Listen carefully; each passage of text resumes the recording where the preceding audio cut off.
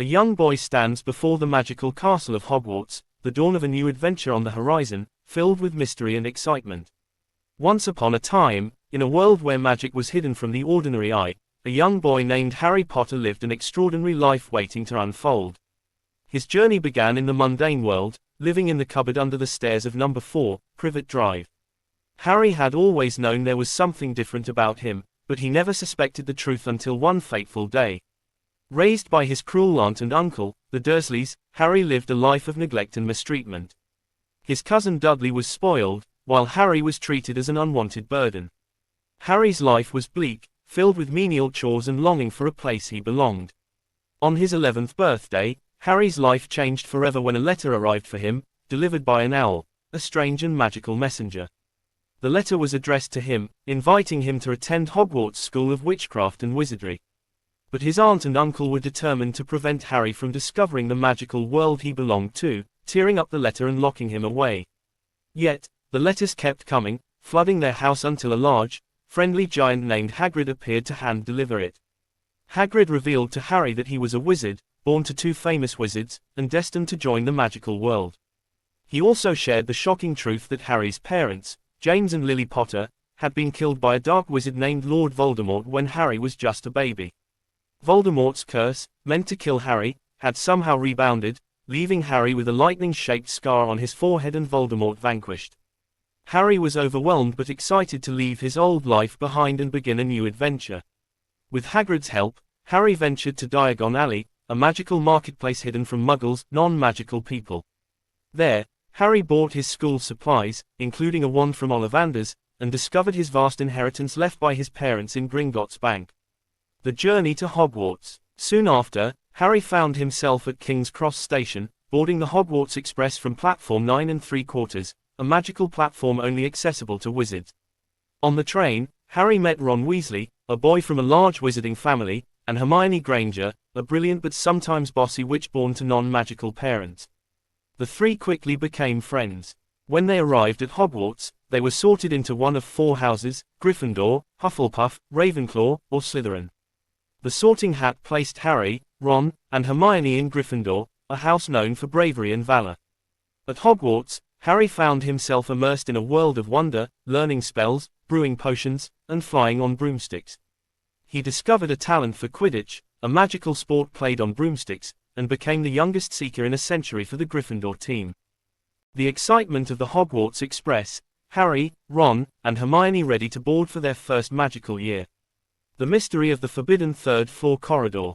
While life at Hogwarts was thrilling, Harry soon realized that strange things were happening within the castle walls. He and his friends learned that something was hidden in the forbidden third-floor corridor. Their curiosity was piqued, especially when they overheard teachers speaking in hushed tones about the Philosopher's Stone, an ancient magical artifact that could grant immortality. Harry, Ron, and Hermione discovered that the Philosopher's Stone was being protected by various magical defenses, set by the teachers to prevent it from falling into the wrong hands. They also learned that Lord Voldemort, who was thought to be gone, was still alive in some form and seeking the stone to restore his full power.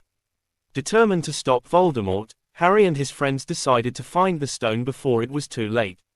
They had to face several challenges, including a giant 3-headed dog named Fluffy, deadly plants, flying keys, and a life-sized game of wizard's chess. Thanks to Hermione's intelligence, Ron's chess skills, and Harry's bravery, they made it through each obstacle. The final confrontation. At the heart of the challenge, Harry found himself face to face with Professor Quirrell, the seemingly timid defense against the dark arts teacher. To Harry's shock, Quirrell had been working with Voldemort all along, and the Dark Lord was hiding on the back of Quirrell's head, possessing him. Quirrell tried to force Harry to hand over the Philosopher's Stone, but Harry refused.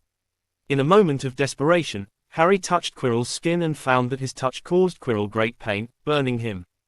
The power of his mother's love, a protection that Voldemort could not overcome, saved Harry as Quirrell crumbled under the strain. In the end, Harry passed out and awoke in the Hogwarts hospital wing, where Professor Dumbledore explained what had happened. The Philosopher's Stone had been destroyed to prevent it from being used for evil, and Voldemort had fled once again, though not for good. Harry's first year at Hogwarts ended with him being celebrated as a hero. The bravery and loyalty he, Ron, and Hermione had shown earned Gryffindor the House Cup, a prestigious award for their schoolhouse. A lively magical lesson, Harry and friends learning spells under the watchful eye of their professor in a mystical classroom. The power of friendship. Harry's experiences at Hogwarts taught him many things, but most importantly, he learned the value of friendship and courage.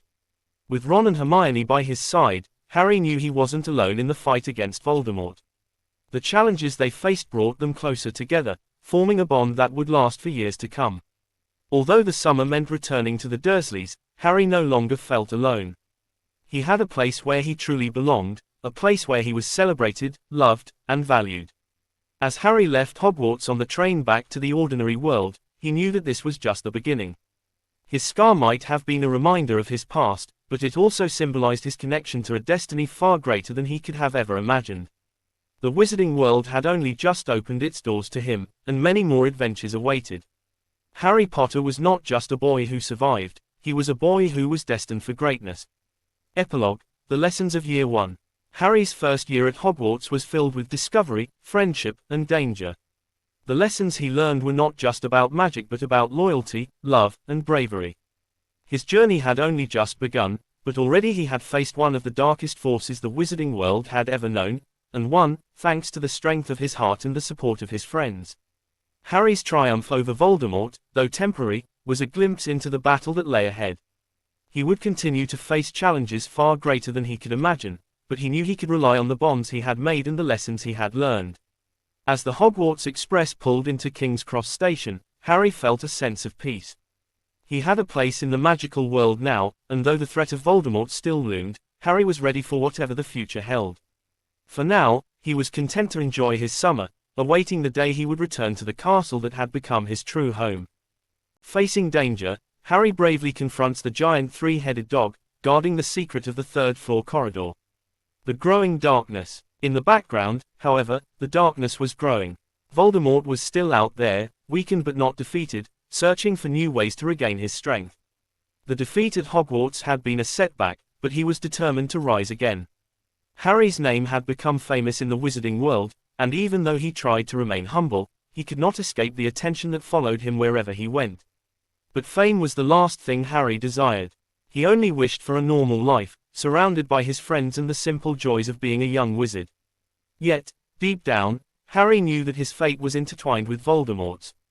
The two of them were connected by more than just the scar on Harry's forehead. The battle between good and evil was far from over, and Harry would soon find himself at the center of it once again. A glimpse of what's to come. As Harry prepared to leave the magical world behind for the summer, he could not shake the feeling that his journey had only just begun. The Philosopher's Stone had been protected, but the threat of Voldemort's return was still very real. Harry understood that his future would be filled with more danger, more mysteries, and more challenges. Still, Harry was not afraid. With Ron and Hermione by his side, he knew he could face anything. The bonds they had forged in their first year would only grow stronger as time went on, and their loyalty to each other would be tested time and time again. What lay ahead for Harry was uncertain, but one thing was clear: his story was far from over. A final word, the end of the beginning. Answer: with the school year behind him, Harry Potter returned to the ordinary world, but he knew in his heart that he would soon return to the place where magic came alive, where his true destiny awaited. For now, though, he was content to enjoy a brief moment of peace before the adventures to come. The journey that had begun with a simple letter had led Harry to a world of wonder, friendship, and danger. It was the start of a story that would change not only his life but the lives of everyone around him. The legend of Harry Potter had just begun, and it would echo through the halls of Hogwarts for years to come. The final showdown: Harry holds the Philosopher's Stone as he faces a possessed professor in an ancient chamber filled with shadows.